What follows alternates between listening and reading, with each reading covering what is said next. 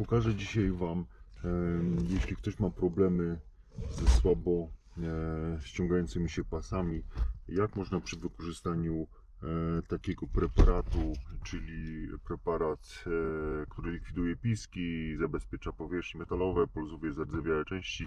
Każdy wie mniej więcej jaki to jest specyfik. No i pokażę, co najlepiej zrobić. Naciągamy sobie pas, jak tylko się da, i delikatnie spryskamy go.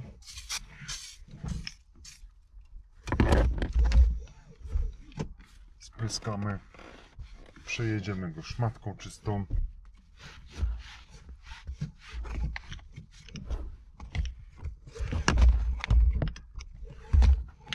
I powinien już bardzo dobrze chodzić.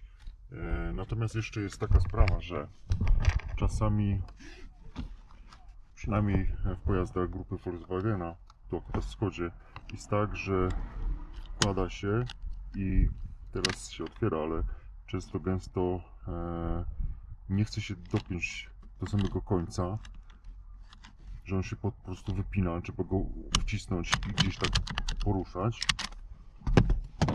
Również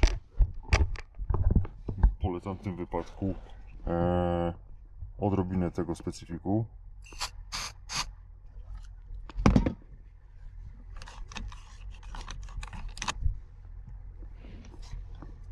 Spryskać w środku